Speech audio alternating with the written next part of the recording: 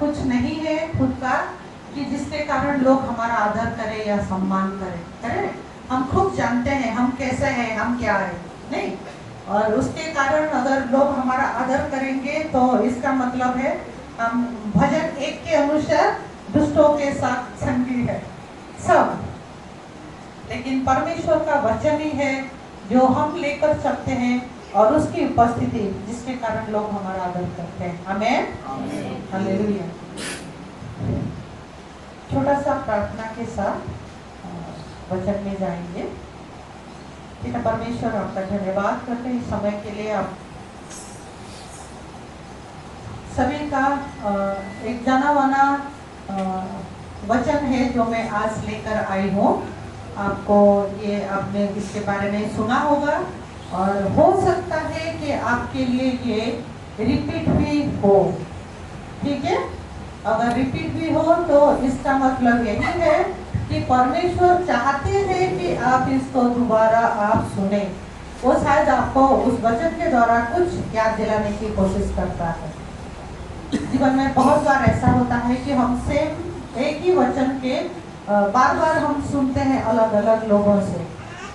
इसका मतलब ये नहीं कि ओह ये मैंने बहुत बार सुना है तो ये मेरे लिए नहीं है, कितनी बार सुनो, नहीं। अगर आपको बार बार कोई वचन सुनना पड़ रहा है, इसका मतलब परमेश्वर कुछ सिखाना चाहता है जिसको हम नजरअंदाज करते आ रहे हैं। ठीक है, तो इसीलिए, और ये परमेश्वर का वचन है, वो हर बार नया होता है। और वचन, परमेश्वर का जो वचन है वो जीवन और आत्मा है, नहीं, वो जीवित वचन है। 2 धारी तलवार है, आग है, हथौड़ा है, जो हमेशा काम में आता है हमारे मसीह जीवन के लिए। इसलिए इस वचन के आदर के लिए हम इसको जरूर सुनेंगे। ऐसा नहीं कि मैं परफेक्ट हूँ या खड़ी हूँ और आप लोगों को नहीं पता है, ऐसा नहीं है। परमेश्वर पवित्र आत्मा हम में से हर एक को लगातार सिखाता है और हमारा काम है कि हम उनसे सीखें और अपने जीवन में उसको काम में लाएं। मत्ती 17 अध्याय, मत्ती उसका 17 उसका 24, मत्ती 17 उसका 24। कोई नेपाली में थोड़ा जोर से पढ़ देंगे।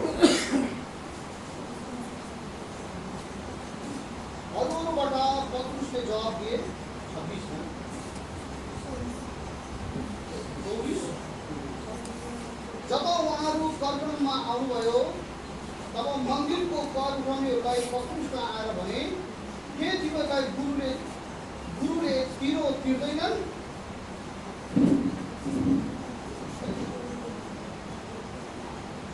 लोग पूछ रहे हैं कि तुम्हारे गुरु कर देते हैं कि नहीं। लेकिन अगर हम थोड़ा आगे चलते हैं और उसी वचन के हिसाब से हम चलते हैं और आगे चलते हैं, I think I give you the, मैंने कुछ गलत किया है, सॉरी, मुझे माफ कर दीजिएगा। लूका 17 उसका 6। जब चेलाले सुने तब तिनीहरू अति भयभीत भएर घोप्टो परे। लूका उसका 17 उसका 6।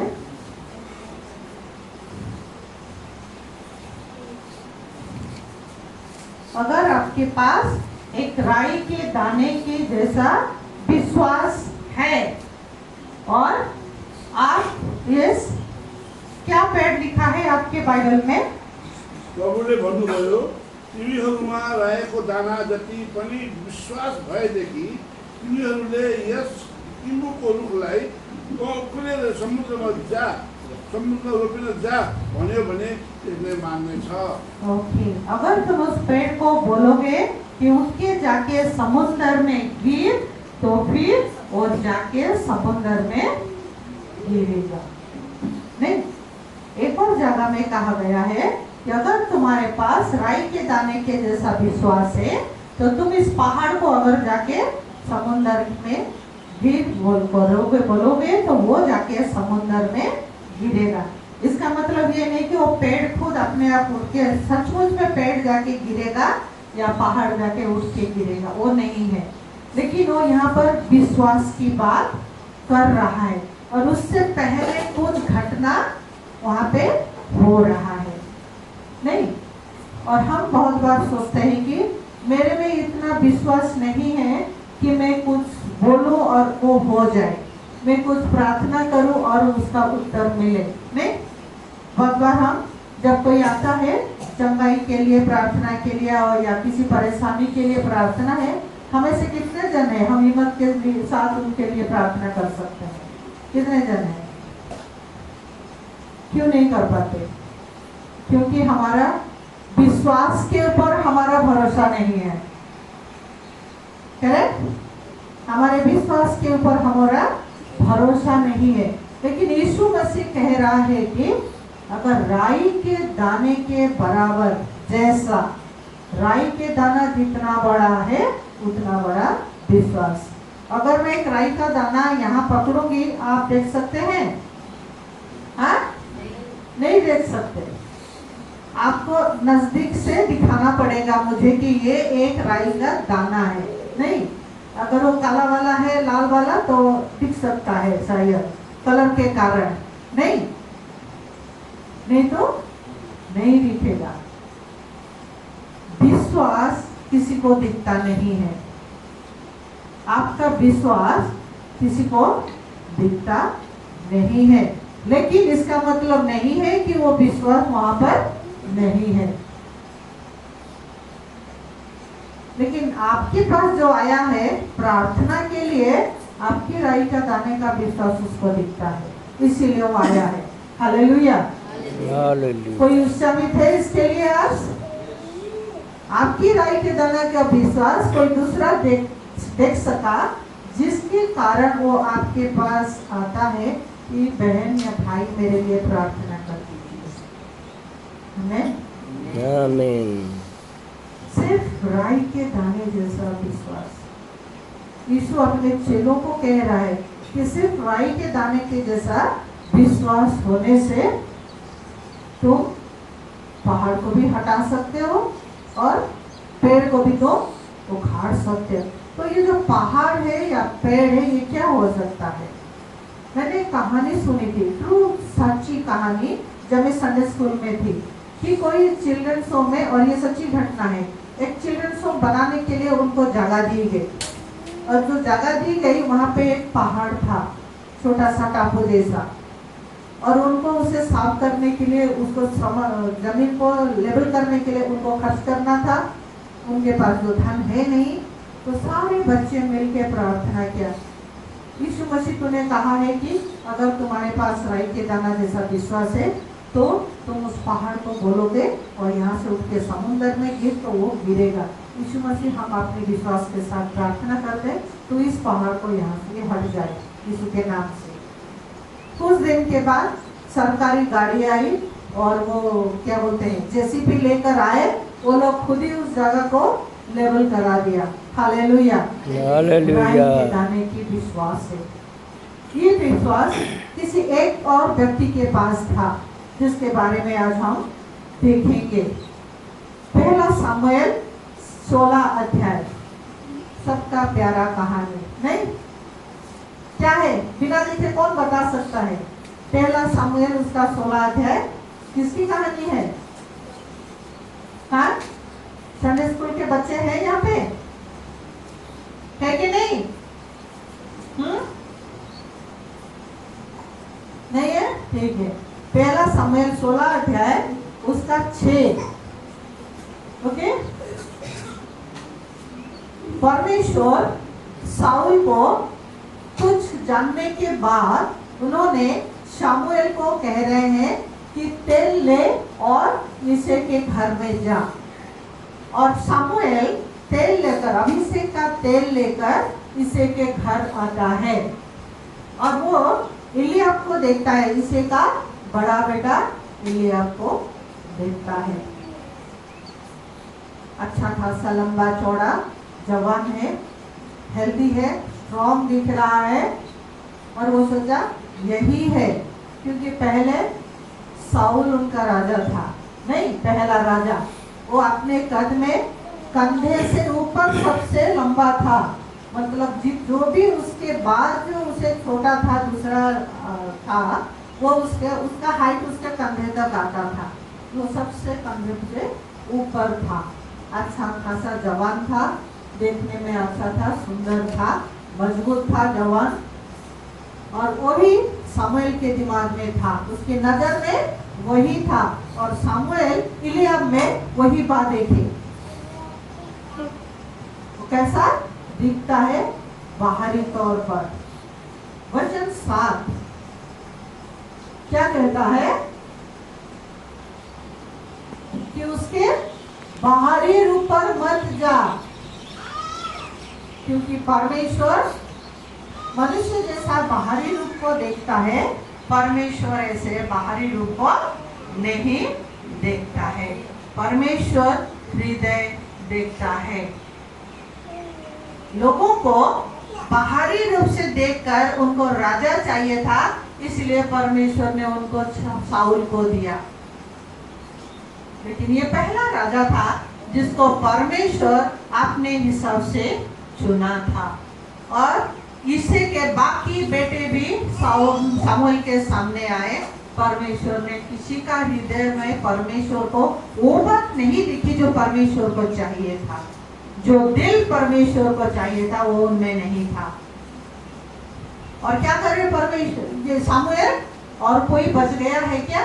तो क्या बोल रहे इससे कि वो छोटा लड़का है, लैंग्वेज में बहुत अच्छा लिखा है, नहीं हाँ, वो छोटा सा लड़का है जो कुछ भेड़ बकरी लेकर जंगल में है, चला रहा है उनके पीछे, ऐसा कि जैसे कंचे खेल रहा है, नहीं कहीं पे दोस्तों के साथ। और उसको बुलाओ, बोला जब तक वो नहीं आएगा हम भोजन में नहीं बैठेंगे। कौन था वो? दाऊद। दाऊद का मतलब जानते हैं क्या है? प्रिय, सबका पसंदीदा, प्रिय या बिलोवेड वन, जिसको हम इंग्लिश में अगर बोले थे। और वो सबसे छोटा है, जंगल में बकरी चरा रहा है, भेड़ चरा रहा है। सामुएल भविष्यवक्ता नहीं बोले कि ठीक है चलो जब तक वो आता है हम लोग खाना खा लेते हैं। सामुएल भविष्यवक्ता को ये पता था वो क्यों आए हैं, किसका अभिषेक करने आए हैं। उन्हें पता था कि वो इज़राइल के भविष्य के राजा के अभिषेक के लिए आए हैं, तो वो काम करने बिना वो भोजन में नहीं बढ़ सकते थे। वो राजा के आदर में उन्होंने वेट किया, चाहे वो सबसे छोटा ही क्यों ना हो परिवार में। सामुएल बहुत बुजुर्ग थे तब तक, नहीं, फिर भी उन्होंने इंतजार किया। हमें भी थोड़ा सोचने चाहिए कि जब हम किसी कम उम्र के जवान बच्चों को वजन लेकर खड़े होते हुए देखते हैं, क्या हमें वो आदर आता है उनके लिए कि हम उनका उतना सम्मान कर पाते हैं? सामुएल दाऊद का आदर नहीं कर रहे थे, वो उस राजा के आदर कर रहे थे जिसको परमेश्वर ने चुना था। हालेलुया। हमारे सामने वचन लेकर वही आते हैं जिनको परमेश्वर ने चुना है अपने वचन लेकर आने के लिए। इसलिए वचन के कारण हमें हर उस मनुष्य का आदर करना है, चाहे वो कोई भी हो, कैसा भी हो सकता है उनका कोई कमजोरी हमें पता है। अरे ये हमें क्या सिखाएगा? ये याद रखना है कि वो अपने बारे में बताने नहीं आया है हमें, वो हमें वचन लेकर आया है, वचन से बताने के लिए जो परमेश्वर ने उसको दिया है वही लेकर आया है। और ऐसे लोगों के पास बहुत ऐसे वचन होते हैं जो सचमुच में परमेश्वर के हृदय से हमारे हृदय के लिए होता है। हालेलुया। इसलिए हमारे हमेशा परमेश्वर के जन का आदर करें, चाहे वो कोई भी हो, कितना ही कम उम्र हो या चाहे कितना भी बुजुर्ग हो, चाहे उनका आवाज आपको स्पष्ट सुनाई दे या बोलने में वो धीमे हो गए हो सकता है इसके कारण हकलाते भी हो, स्पष्ट रूप से बोल भी नहीं पाते हैं, लेकिन वो परमेश्वर का वचन है। उसके मुंह से निकला हुआ हर वो वचन जीवन है और आत्मा है, जो हमें जीवन ला सकता है। Hallelujah, hallelujah. आगे चलते हैं। 11 वचन, पहला सामुएल उसका 16 उसका 11। जेशी ने देखा कि वो मेरा सबसे छोटा बेटा है, जिसको अभी और समय लगेगा कुछ जिम्मेदारी उठाने के लिए, नहीं, और उनको लग रहा था कि वो जो भेड़ की रखवाली कर रहा है वो कोई जिम्मेदारी का काम नहीं है, कोई इतना इम्पोर्टेंट काम नहीं है कि जिसके लिए उसका इतना आदर किया जाए या सम्मान किया जाए, कि कोई भविष्यवक्ता उसके लिए इंतजार करे, नहीं। लेकिन जब वो आता है 12 वचन में, सामुएल क्या देखते हैं? सामुएल उनका बाहरी रूप को देखते हैं। देखने में कैसा था? प्लीज नेपाली में थोड़ा पढ़ दे। यसकारण यीशुले तिमीलाई ल्याउनलाई मानिस पठाए कि राता गाला चम्किला राता लाल लाल गाल, टमाटर जैसे या एप्पल जैसे। मैं बैठे बैठे सोच रही थी मुझे कुछ पिक्चर्स लेकर आना था, आपके पास स्क्रीन है, मैं शेयर कर सकती थी, एक बहुत अच्छी समझ आ जाती। लाल लाल टमाटर जैसे गाल, उसके बाद आंखें चमकीला आंखें, कंचे जैसे लाइट जैसे चमकीले आंखें, लाल लाल गाल, और भएको एक सुंदर युवक।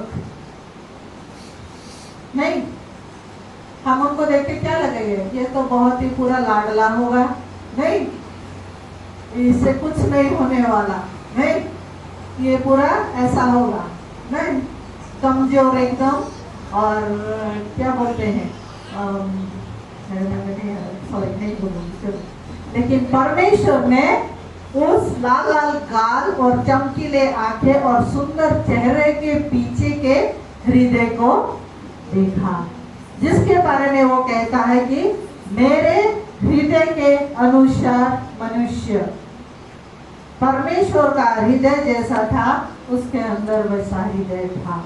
हालेलुया। क्या आज हमारा हृदय ऐसा है जैसा परमेश्वर दिखता है, देखना चाहता है, जैसा उसकी इच्छा है, जैसा उसने सचमुच में अदन की वाटिका में बनाया था, क्या वैसा है कि नहीं? बहुत सी बातें हैं, हमें खुद को जांचने की जरूरत है, नहीं। और 13 कहता है कि शमूएल पूरा का पूरा वो सींग का तेल लेके दाऊद के ऊपर डाल दिया। ये एक बार हमें बाइबल स्कूल में टीचिंग के समय में ये करके दिखाया गया था। सींग तो नहीं था, लेकिन तेल का 5 लीटर का एक कैन था, उसमें तेल भर के लाए थे और किसी के ऊपर डाल भी दिए, सचमुच में। ओके, सींग, मुझे टाइम नहीं मिला कितना बड़ा हो सकता है वो ढूंढने के लिए, लेकिन जब तेल थोड़ा सा भी गिरता है तो फैल जाता है धीरे धीरे, नहीं, चारों तरफ। हमें धोने के लिए भी टाइम लगता है उसको हटाने के लिए, और किसी के ऊपर तेल डाल दिया गया जो अभिषेक का तेल है, और ये विशेष रूप का तेल होता है, विशेष तरीके से बनाया जाता है और खास कामों के लिए। क्यों? अगर हम निर्गमन में जाएंगे, परमेश्वर ने आज्ञा दिया इस तेल को मंदिर के भवन के पात्रों को उसको शुद्ध करने के लिए उसको उसमें छिड़का जाता था, याजकों के ऊपर छिड़का जाता था शुद्ध करने के लिए, और बाद में ये राजा को अभिषेक करने के लिए उनके ऊपर उड़ेला गया। ये वही तेल था और ये बहुत ही खुशबूदार तेल था। तो क्या सोचते हैं, जब दाऊद के ऊपर इतना सारा सिंह भर के तेल डाल दिया गया, वो पता चला कि नहीं किसी को? उस तेल का खुशबू हर एक यहूदी को, हर एक इस्राएली को पता था, है कि नहीं?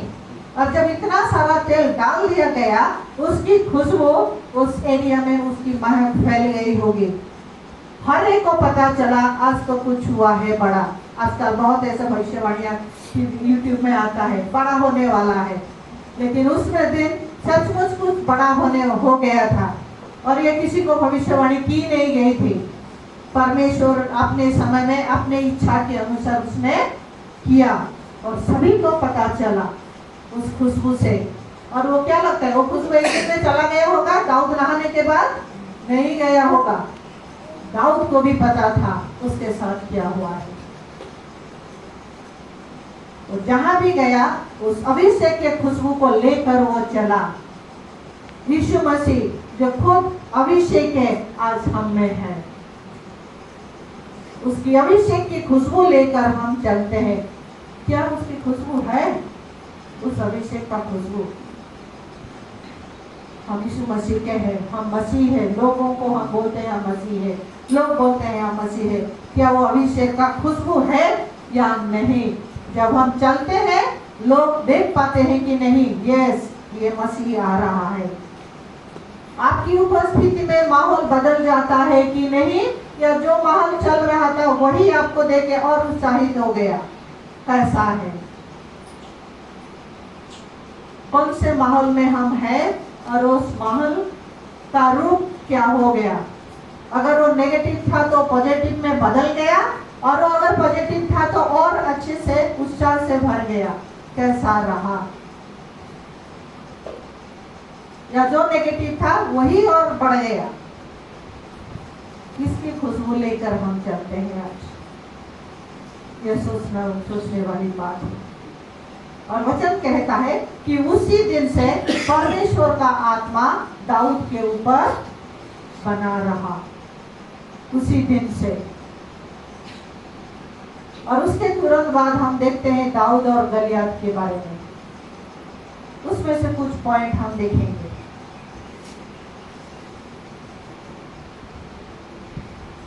अगर हम पहला शमूएल 10 में चलते हैं, थोड़ा पीछे में जाना चाहूंगी।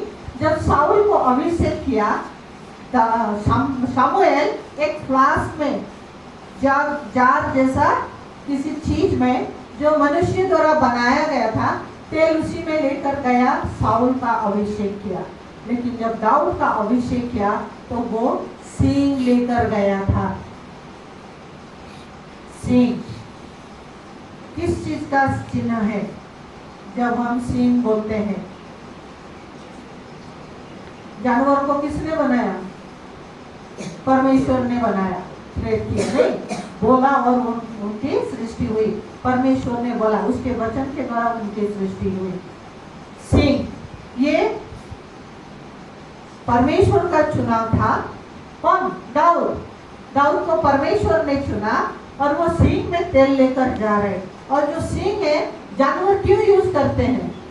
आइदर आक्रमण करने के लिए, नहीं तो खुद का बचाव करने के लिए, करेक्ट? और ये उसकी ताकत होता है। गाय बैल से डरती नहीं हूँ, लेकिन उसका सींग का आकार देख के डर आता है अंदर से, नहीं?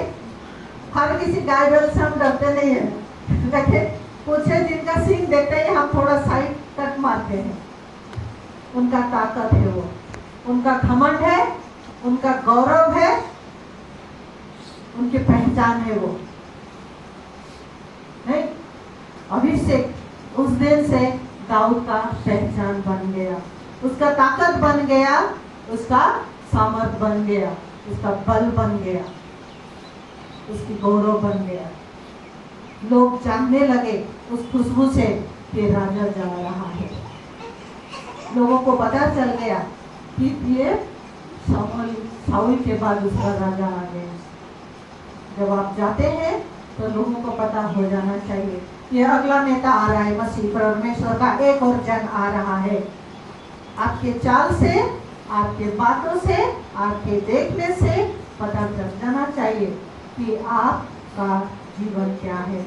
वो अभी से आपकी हर एक बातों से दिखनी चाहिए, प्रकट होनी चाहिए। अभी से शारीरिक रूप से दिखता नहीं है, लेकिन आपका जो लाइफ स्टाइल है उस अभिषेक को प्रकट करता है। हालेलुया, प्रकट होनी चाहिए हमने से हर एक को। जल्दी जल्दी हम चलते हैं 17 अध्याय। जब गलियात अपने आप को दिखाने आता है, कितने दिन उसने अपने आप को दिखाया? कितना दिन? हाँ 40 दिन। कितनी बार? 80 बार। दिन में 2 बार दिखाता था, डबल, सुबह शाम, दिन में 2 बार 40 दिन तक दिखाया। और उसके पोशाक के बारे में लिखी गई है, नहीं वो क्या पहना है। 4 से पढ़े 17 का। उसकी हाइट के बारे में 4 में उसकी 17 का 4 लिखा है। उसका height 6 qubits and a span, almost 9 feet के बराबर, 8.75 फीट लिखा। इंग्लिश में उसका कन्वर्जन आता है, ऑलमोस्ट 9 फीट का। कोई है 4.5 2 लोगों को ऊपर ऊपर खड़ा कर दो। 9 फीट की हाइट है एक आदमी। और वो एक हेलमेट पहना है ब्रोंज का। ब्रोंज क्या बोलते हैं? तांबा, तांबा। एक तांबा का हेलमेट पहना है। और उसके क्रिकेट खेलते हैं लेग गार्ड लगा के, नहीं तो दोनों पैर में भी उसके लेग गार्ड लगा है तांबे का। सर में तांबे का पूरा ढक्कन डाला है, दोनों टांगों को ढक के रखा है, कवच पहना है पूरा उसने उसके हाथ में। और उसके पास जावलिन भी है, उसके पास भालक बर्छा भी है। और उसके पास एक आगे आगे एक जा रहा है जो उसके लिए ढाल पकड़ के एक जा रहा है। ओके, अगर मैं देखने की कोशिश कर रही हूँ, इसलिए सोच रही थी कि मुझे पिक्चर लाना था। मुझे आगे की जब कभी भी ये बताऊंगी तो मुझे पिक्चर चाहिए इसकी। तो उसको आप देखने की कोशिश करें। एक 9 फीट का आदमी एक ढाल पहना, तो हेलमेट पहना है, ढाल भी पहना है, लेग गार्ड है उसके पास, उसके सारे बॉडी पूरा सर से पैर तक कवर हुआ है। और वो आके बोल रहा है कि एक आदमी को मेरे पास भेजो, मेरे साथ लड़ाई करे। तो अगर इतना ताकतवर है तो इतना सारा धक्के क्यों आया है छुप के अंदर? उसके अंदर से उसके शरीर किसी को नहीं दिख रहा है। नहीं बोलते हैं ना, अपनी गली में कुत्ता भी है, नहीं? हाँ? और वो दिखा रहा है। और इस्राएल जिसको परमेश्वर का सेना कह रहा है, आर्मीज ऑफ गॉड, परमेश्वर की सेना, उसको देख के भाग रहे हैं। आ रहे युद्ध के लिए। वहां पे एक तरफ पहाड़ी में वो खड़ा है, दूसरी तरफ पहाड़ी में सेना खड़े है इस्राएल के। और उसको देख के वो लोग भाग रहे हैं। क्या नजारा है, नहीं? अगर हम सोचते हैं तो हंसी भी आती है, दुख भी आता है, नहीं? इतनी बड़ी बड़ी जीत परमेश्वर ने उनको दिलाई थी, सबको पता है उनको। और फिर भी भाग रहे हैं क्योंकि परमेश्वर से उनका संबंध नहीं रहा, परमेश्वर के साथ उनका संबंध नहीं रहा। इसलिए जब परेशानी आती है, तकलीफ होती है, हम भागते रहते हैं, इस दरवाजे में, उस दरवाजे में, उस दरवाजे में, इस मनुष्य के पास, उस मनुष्य के पास, उस मनुष्य के पास। परमेश्वर के पास सीधा कभी जाते हैं? बहुत कम जाते हैं सीधा परमेश्वर के पास, नहीं? और तभी दाऊद आता है अपने भाइयों के लिए भोजन लेकर, उनकी समाचार लेके जाने के लिए। और ये सारा नजारा देख रहा है, वो दिखा रहा है, ये भाग रहे हैं। दाऊद के शब्दों को ध्यान से सुने, वो क्या कह रहा है। 36 पढ़े, 17 का 36। वो कह, हाँ, मैले सिंह र भालु दुवैलाई मारेको छु र यस बेखत्ताको परिस्थितिको दशा तिमीहरूको भन्दा असर हुने छैन। ये बेखतना, बेखतना, बेखतना। ओके, सॉरी, मुझे नेपाली नहीं मालूम, मुझे बाइबल चाहिए नेपाली। तो ये जो अशुद्ध, जो बिना खतना के अशुद्ध, जो अशुद्ध है, अशुचि है, पलिश्ती है, ये है कौन? जब परमेश्वर के यहोवा के सेना को तुच्छ जानता है, परमेश्वर का अपमान कर रहे हैं। जब लोग परमेश्वर के विरुद्ध में बोलते हैं क्या हमारा खून खोलता है या नहीं खोलता है, हमें कैसा लगता है? ये लोग हमारे सामने इतना हिम्मत रखते हैं कि हमारे परमेश्वर की अपमान कर सके, या हमारे सामने उनकी बोलती बंद हो जाती है। बोलती बंद हो जानी चाहिए, क्योंकि आप उसकी उपस्थिति को लेकर जा रहे। वहाँ पे आप नहीं, परमेश्वर यहोवा सेनाओं का परमेश्वर वो खड़ा है, वो दिखनी चाहिए। उसके सामने सबकी बोलती बंद हो जानी चाहिए। उसके बारे में, उसके विरुद्ध एक भी शब्द किसी के मुंह से नहीं निकलनी चाहिए, चाहे वो कोई भी हो। हालेलुया, अपने जीवन को हमें उस लेवल में लाना चाहिए। एक्चुअली उस लेवल में लाना चाहिए नहीं, हम उस लेवल में है, हमें नहीं पता, हमें नहीं पता। अपनी आइडेंटिटी को हमने अपने आईडी कार्ड को देखा ही नहीं। अगर आप कहीं पे जॉब करते हैं, आपको आईडी कार्ड मिलता है और आप आईडी कार्ड नहीं देखते हो, हाँ मिला आईडी कार्ड करके आप टांग दिया और चले गए, आपको पता भी नहीं है आपका पोजीशन क्या है, आपका ओहदा क्या है, आपको क्या काम करना है। यही है हमारी मसीहियों का जीवन है। दुख की बात है कि नहीं? दुख की बात है। हमें अपनी पोजीशन जानने की जरूरत है। और दाऊद क्या कहता है आगे? 36 पढ़े, 37, 37। हाँ, थैंक यू। फिर दाऊद ने कहा, यह जिसने मुझ सिंह और भालू दोनों के पंजे से बचाया है। ओके, यहोवा जिसने मुझे भालू और सिंह के, समझ सकते हैं, भालू और सिंह दोनों से हर कोई भागता है। कोई भी मनुष्य इतना हिम्मत नहीं रखता कि उसके सामने जाए। हाँ, आगे पढ़े। पंजे से बचाया है और मुझे उस परिस्थिति के हाथ से भी बचाएगा। हाथ से भी बचाएगा। वो क्या कहते हैं आगे हम पढ़ेंगे।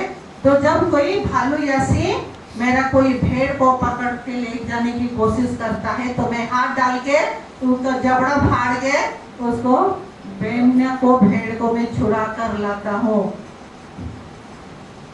पकड़ा हुआ जानवर को उसके जबड़ा फाड़ के उसके मुंह से अपनी भेड़ को बचा रहा था। उसके पिताजी जैसे देख रहे थे कि वो भेड़ चरा रहा है, और वो वहां पर भालू और सिंह को मार कर अपनी भेड़ों की रखवाली कर रहा था। ये परमेश्वर देख रहा था। जो अपने शारीरिक शत्रुओं से लड़ सकता है, वो अपने आत्मिक शत्रु से भी लड़ने की हिम्मत कर सकता है। आमीन, आमीन। आगे चलते हैं।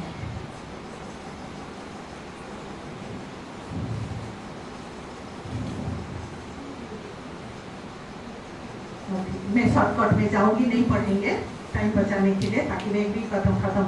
हमें ये कहानी सबको पता है नहीं? दाऊद क्या लेकर जाता है? हाँ, 5 पत्थर और अपनी वो कैटapult लेके जाता है नहीं? आप पत्थर से कैटapult से आप क्या करते हो? कुत्ता को भगाते हैं बच्चे, चिड़िया मारते हैं, नहीं तो फल तोड़ते हैं पेड़ों से नहीं? दाऊद एक बालक था, वचन कहता है लाल लाल टमाटर जैसा गाल, चमकीले आँख और देखने में सुंदर, और वो कैटapult और पत्थर लेके जा रहे। कोई सोचेगा जा रहा है फल तोड़ने या कुत्ता बिल्ली मारने, नहीं, अपने भेड़ों को बचाने के लिए। गलियात आ रहा है सामने से और क्या बोल रहा है दाऊद को? क्या मैं कुत्ता हूँ जो तू लाठी लेके मेरे पास आई? उसके हाथ में एक लाठी भी था, अपना जो चरवाहे वाला लाठी है उसके हाथ में वो लाठी भी था। तो बोला क्या मैं कुत्ता हूँ तो मेरे पास लाठी लेकर आया है? वो कह रहा है आज मैं तुझे मार के तेरा मांस आकाश जानवरों को खिला दूंगा नहीं? और दाऊद क्या बोल रहा है? सारी फलिस्तियों की मार कर आकाश के चिड़ियों को और जंगली जानवरों को खिला दूंगा। वो एकलौता दाऊद की बात कर रहा है। दाऊद पूरी फलिस्ती सेना की बात कर रहा है। हालेलुया। आपको पता है जब शैतान आपको आक्रमण करता है, वो अटैक करने की कोशिश करता है, उसको सफल हम होने देते हैं नहीं। अगर बाहर विपत्ति है या कुछ जानवर है, हम जानते हैं दरवाजा खुला छोड़ते हैं तो घुस आता है घर में, विपत्ति आ जाती है। अगर बंद रखते हैं तो नहीं आता है। ऐसे ही हमें अपनी आत्मिक हथियारों को सजाकर अपनी सही जगह में उसको धारण करने की जरूरत है। इफिसियंस 6 में जैसा लिखा है, हर एक हथियार को, सच्चाई की, विश्वास की, हर एक तरह उस हथियार को हमें पहन के रहने की हर वक्त जरूरत है, ताकि उसकी कोई भी हथियार हमारे विरुद्ध खड़ा ना हो सके, काम ना कर पाए। सब पहन का आया था गलियात। उसको दाऊद बोल रहे, तुझे मारूंगा, तेरा मांस भी खिलाऊंगा, बाकी तेरे साथ जो है सबका मांस खिलाऊंगा। उसने कहा क्या मैं कुत्ता हूँ? दाऊद ने क्या बोला? क्या कैसे मारा गलियात को? कुत्ते जैसा ही मारा कि नहीं? उसने खुद बोला था, नहीं, गलियात ने खुद बोला था क्या मैं कुत्ता हूँ? तो दाऊद ने उसको वही रहने दिया, कुत्ते जैसा उसको पत्थर से मारा। उसको जब साउल का जब उसका जो आर्मर पहनने के लिए दिया गया, उसका कवच, उसके तलवार सब दिए गए, वो उसको उठाकर चल नहीं पाया। और यहाँ पे उसके तलवार के बारे में कहा जाता है, वो भी अच्छा खासा भारी भरकम तलवार था। उसी का तलवार लेके उसको मार डाला। एक बालक के सामने और 9 फीट का आदमी, उन सारे कवच के अंदर एक पहाड़ी था, किसी पेड़ या किसी पहाड़ से कम नहीं था उस बालक के सामने। लेकिन वो बालक जानता था वो है कौन। वो क्या कह रहा है? मैं सेनाओं के यहोवा परमेश्वर के नाम से तेरे पास आता हूँ। उस नाम को लेकर वो गया था उस दिन। आज जो नाम हम में से हर एक को दी गई है, वो नाम है प्रभु यीशु मसीह। आपके पास वो नाम है या डाउट है? है। उस नाम से आप अपने हर एक शत्रु को, आपका परेशानी चाहे कोई भी परेशानी हो, चाहे बीमारी आपकी शत्रु आपका गलियात हो, या चाहे फाइनेंशियल प्रॉब्लम आपका गलियात हो, या कोई और परेशानी, पर परिवार का परेशानी हो, पड़ोसी के साथ परेशानी हो, जमीन जायदाद का परेशानी हो, कोई भी परेशानी हो, चाहे वो पहाड़ हो या चाहे वो आपका पेड़ हो आपके सामने खड़े हो, उस नाम को अगर आप जानते हैं और वो विश्वास से अगर आप खड़े होते हैं तो आप कुछ भी कर सकते हैं। आप उस पहाड़ को ढा सकते हैं, उस पेड़ को वहां से आप हटा सकते हैं जल के साथ। ये सामर्थ हर एक रिसर्च को दी गई थी। दाऊद और गलायत की ये जो लड़ाई थी, ये कोई लड़ाई नहीं था, ये तो वन साइडेड हुआ।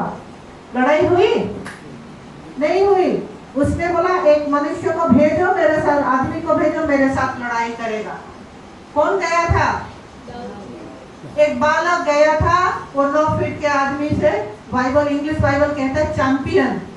उसको एक बालक गया था, चैंपियन को पछाड़ के मार के गला काट के उसका सर लेके आया।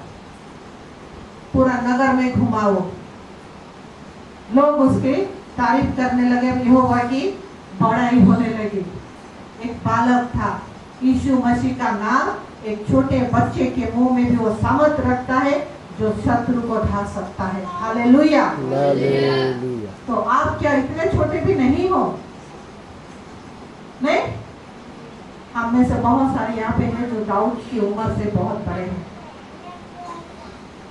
यीशु मसीह का नाम हमें मिली है।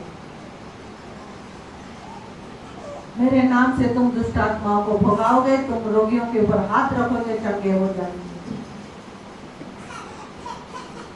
जो तुम पृथ्वी पर बांधोगे वो स्वर्ग में बंद होगा, जो तुम पृथ्वी में खोलोगे उस स्वर्ग में खोल दी जाएंगे। हालेलुया। वो नाम ये सामर्थ रखता है।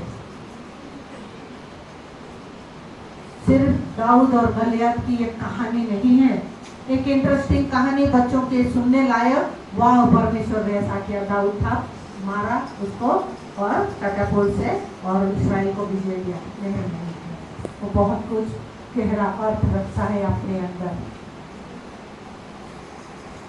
बहुत कुछ गहरा अर्थ अपने अंदर रखता है। आपके जीवन से उस गलायत को भगाइए, उसका नाश करे। दाऊद ने भगाया नहीं उसको मार डाला, उसका अस्तित्व ही मिटा दिया, उसकी वजूद को मिटा दिया उसने। आपके जीवन से अपने शत्रु के वजूद को यीशु के नाम से मिटाए, उसको जीवित रहने मत दे। जब इस्राएली लोग कनान में गए, उनको कहा गया कि वहां के लोगों को क्या करना है, वहां रहने ही नहीं देना है, वहां से उनको खदेड़ भगाना है, उनको मार डालना था या तो उनको भगाना था अपने शत्रुओं को। जहां भी जाते थे किसी भी नगर को उनको अधिकार करना था, अगर उस नगर को पूरी रीति से लोगों को सब कुछ को मार के जलाकर उसको राख करना था, या नहीं तो उनको वहां से भगाना था। अगर नहीं करोगे, वचन कहता है कि अगर नहीं करोगे, आप यहोशू में पढ़े और न्याय में पढ़े, अगर नहीं करोगे तो वो तुम्हारे लिए फंदे की तरह होगे, गले में फंदे की तरह। फंदा क्या करता है, आप फंसते हो, आपका हाथ पैर या गर्दन, आपका गर्दन या जानवर का फंस जाता है, वो वहीं पे छटपटाता है, वो अपने आप को नहीं छुड़ा पाता है। और इजरायली के साथ यही हुआ। अभी इसीलिए ये लड़ाई हो रहा है। अगर तभी उन लोगों को पूरी रीति से खदेड़ दिया होता, निकाल दिया होता, पूरे देश को अधिकार कर लिया था पूरी तरह से 100%, तो आज ये लड़ाई नहीं होती।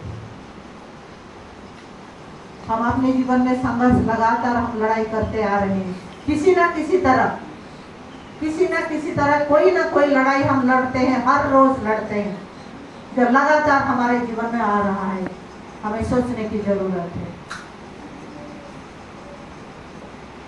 हम उसको हमारे जीवन में थोड़ी सी आराम के लिए, इजरायलियों ने कनानियों को अपनी अपनी जगह में रहने दिया कि उनके लिए भार को उठाने का काम, लकड़ी काटने का काम, पानी भरने का काम कर ले, ताकि उनका जीवन थोड़ा आराम हो जाए, थोड़ा आसान हो जाए।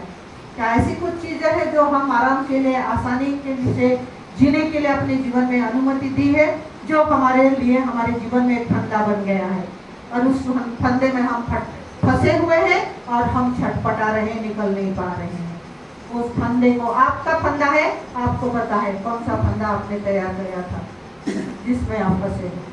मेरा फंदा मुझे पता है, आपका फंदा आपको पता है।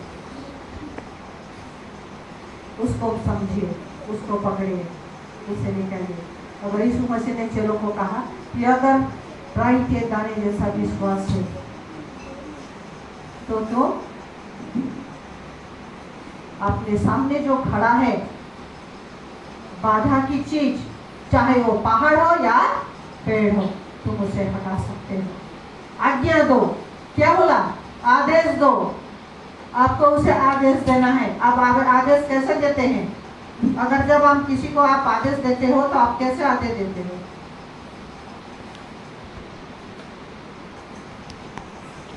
कैसे आदेश देते हो? जो आपके लिए कोई काम करता है, आप जब उसको कुछ काम करने के लिए आदेश देते हो, आप कैसे बोलते हो? भाई प्लीज थोड़ा जाओ ना यहाँ से, उसको थोड़ा कर दो ना, आप ऐसे बोलते हो? हक के साथ बोल दो, नहीं नाम लेके बोलते हो, उसको हटाओ, इसको यहाँ पे रखो, उसको साफ करो, ये खड़ा करो, ये बिठाओ, ये डालो, नहीं ये साफ करो, उसको धो। और जब शैतान के बात आती है तो हम क्या करते हैं? यीशु मसीह कृपया उसको हमारे जीवन से दूर कर दो। गिड़गिड़ाते रहते हैं, हम रोते रहते हैं, गिड़गिड़ाते हैं। हमें यीशु ने कहा आज्ञा दो, आदेश दो। दहाड़ने की जरूरत है आपको। आपके अंदर यहूदा का सींग है। सींग किसी को गिनती नहीं करता है, दहाड़ता है, नहीं उसकी एक दहाड़। अगर आप लोग एनिमल किंगडम वाले चैनल देखते हो तो आपको पता है सींग दहाड़ने से आसपास उसके क्या रिएक्शन होती है, नहीं पूरी जंगल में उसके रिएक्शन हो जाती है।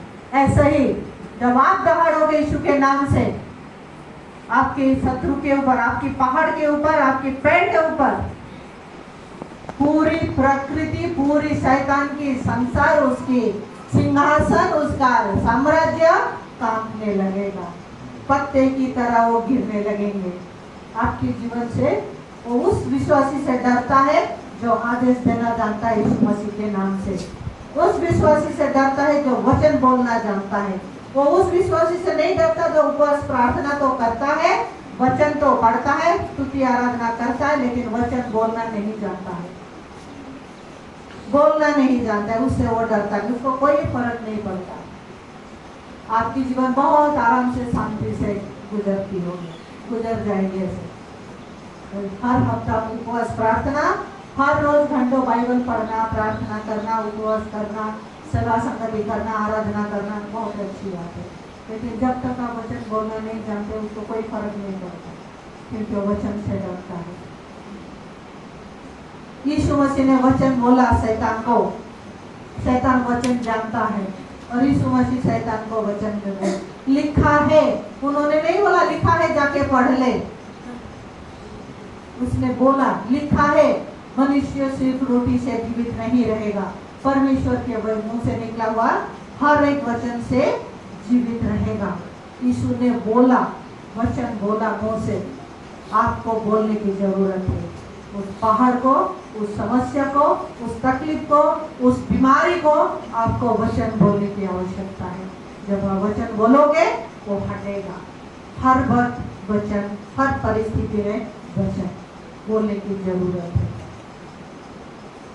पौलुस कहता है परमेश्वर यीशु मसीह का वचन तुम में बहुतायत से बसने पाए। हृदय की पूर्णता से भरपूरी से मुंह, out of the abundance of the heart mouth speaks. जब वचन भरा होता है तो मुंह से वचन निकलता है। वचन के अनुसार हम बात करते हैं। हम वचन से लोगों को सतर्क कराते हैं या उनको डांटते हैं या वचन नहीं बोलते, अपना शब्द नहीं बोलते हैं, क्योंकि अंदर वचन होता है। तो वो मनुष्य जब शत्रु से भी बात करेगा तो वचन ही बोलेगा। हालेलुया।